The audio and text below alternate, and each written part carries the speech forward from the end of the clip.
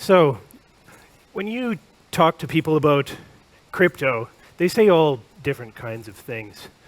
On a day like today, if you talk to somebody who owns a lot of crypto, they'll probably tell you that it's been pretty rough weathering the recent storm in the markets.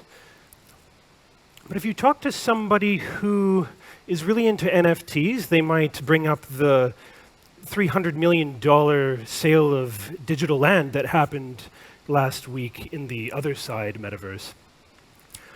If you're just getting into NFTs, ultimately you'll stumble across some bored-looking apes, at which point you might think, what are these and what does all of this even mean?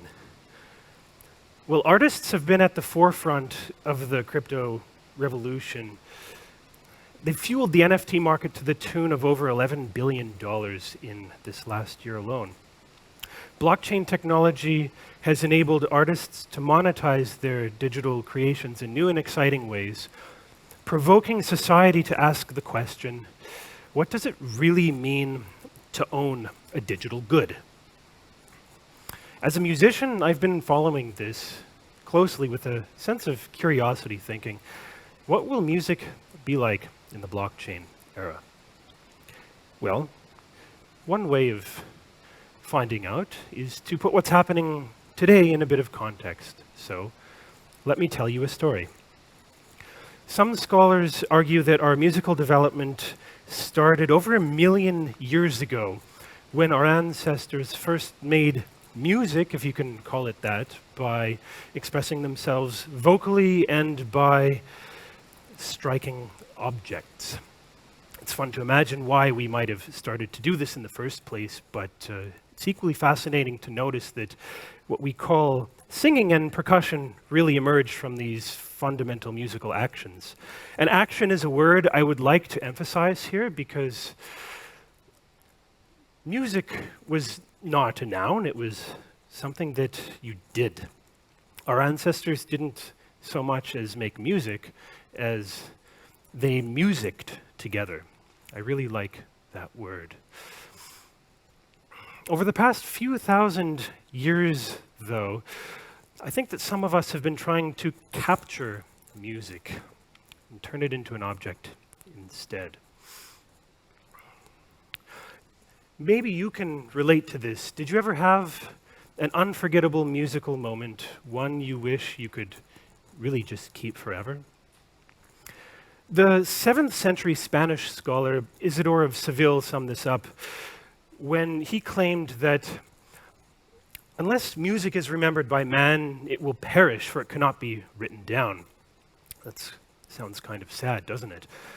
But unbeknownst to him, music had actually been written down long before his time. Our first complete surviving musical composition is the epitaph of Psychelos, pictured here.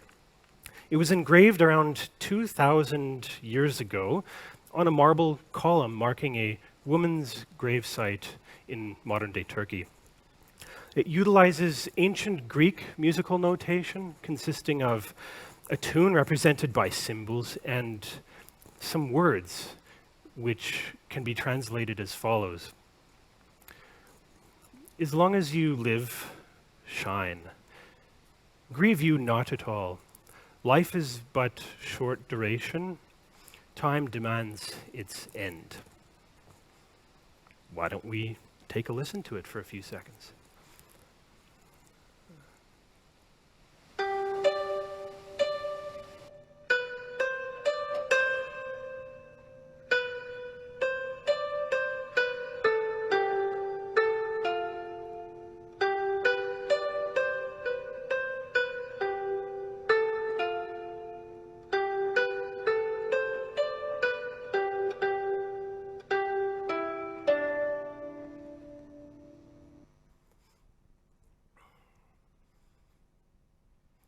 If our good old friend Isidore of Seville would have lived on a few hundred years after his time, he probably would have been pleased to see that music could in fact be written down, as there were various systems of musical notation that were developed and spread all throughout the world.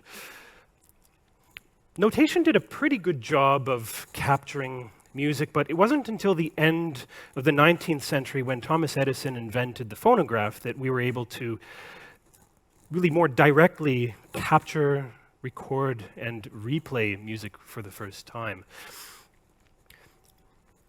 When your parents or grandparents bought musical recordings, though, what did they really buy? When your grandpa bought his first vinyl LP when he was growing up, surely he bought something that was very meaningful to him. And one of those meanings might have been that this record was his, he owned it. When I was a baby, my mom bought a collection of tapes for us to listen to while we were driving in the car. What did she actually buy? Well, she probably bought my entertainment and education and pacifism, but underlying all of this was a physical collection of objects which ended up wearing out over time because we listened to them so much.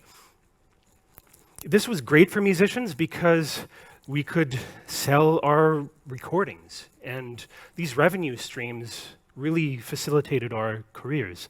But it doesn't really work like that anymore. Digital music, it's not unique. That stream you listened to last night, you don't own it like your grandfather owned his first record.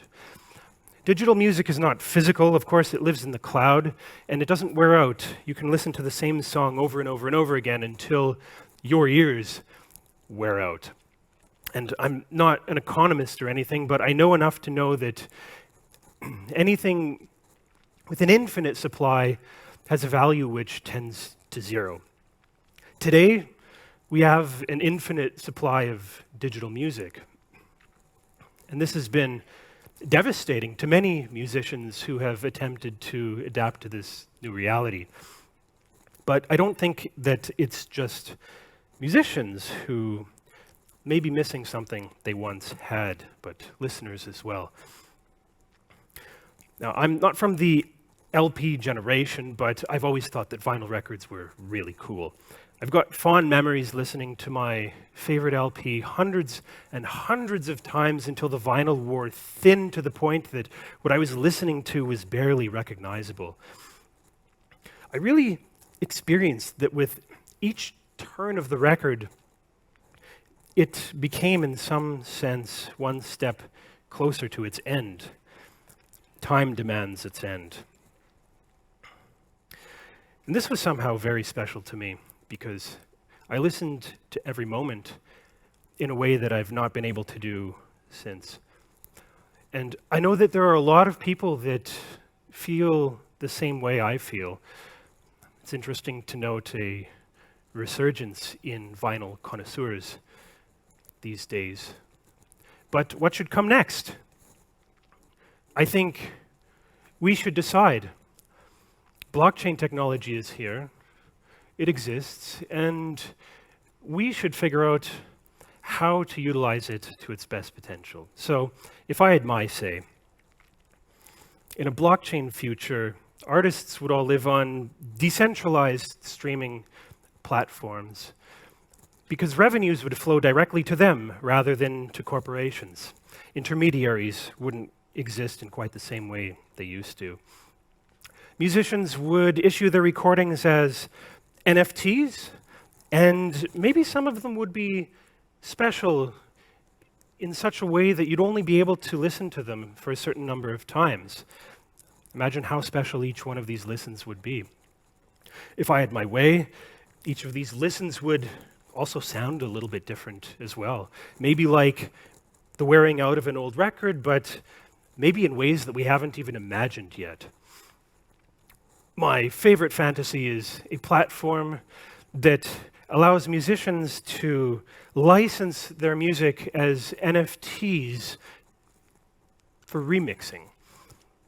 Imagine spending your weekend creating a cover of your favorite tune, minting it as an NFT, uploading it to the platform, and maybe watching it hit top 10.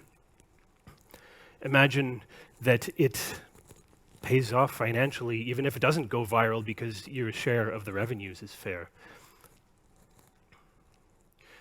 Imagine that as a listener, you'd have access to a platform where millions of the world's musicians actually felt valued and incentivized to take risks playing games with other people's music. Imagine the richness of artistic value such a platform could help create. Well, I'm happy to say that this isn't really the future because some of it's already happening right now. But as far as my talk goes, time demands its end. So I'd like to leave you with a short performance, a cover that I wrote based off of a very, very old tune. You're all experts now, so you know that that would be the epitaph of Psychulos. So thank you very much.